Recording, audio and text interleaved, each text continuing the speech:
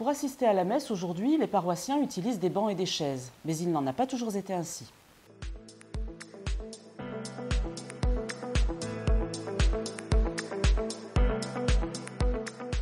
L'occupation des lieux dans l'Église, que l'on soit riche ou pauvre, homme, femme ou enfant, prêtre ou laïc, répondait à une codification et à des usages précis. À l'époque médiévale, si le clergé disposait de sièges, il n'en était pas de même pour les paroissiens.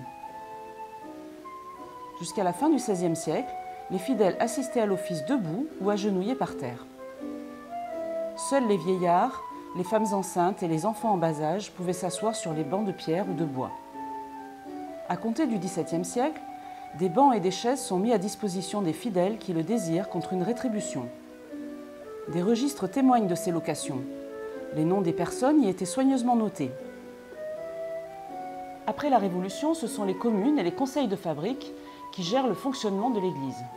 L'occupation de l'espace intérieur de l'Église ne relevant plus de privilèges particuliers, les paroisses sont équipées systématiquement de chaises et de bancs payants.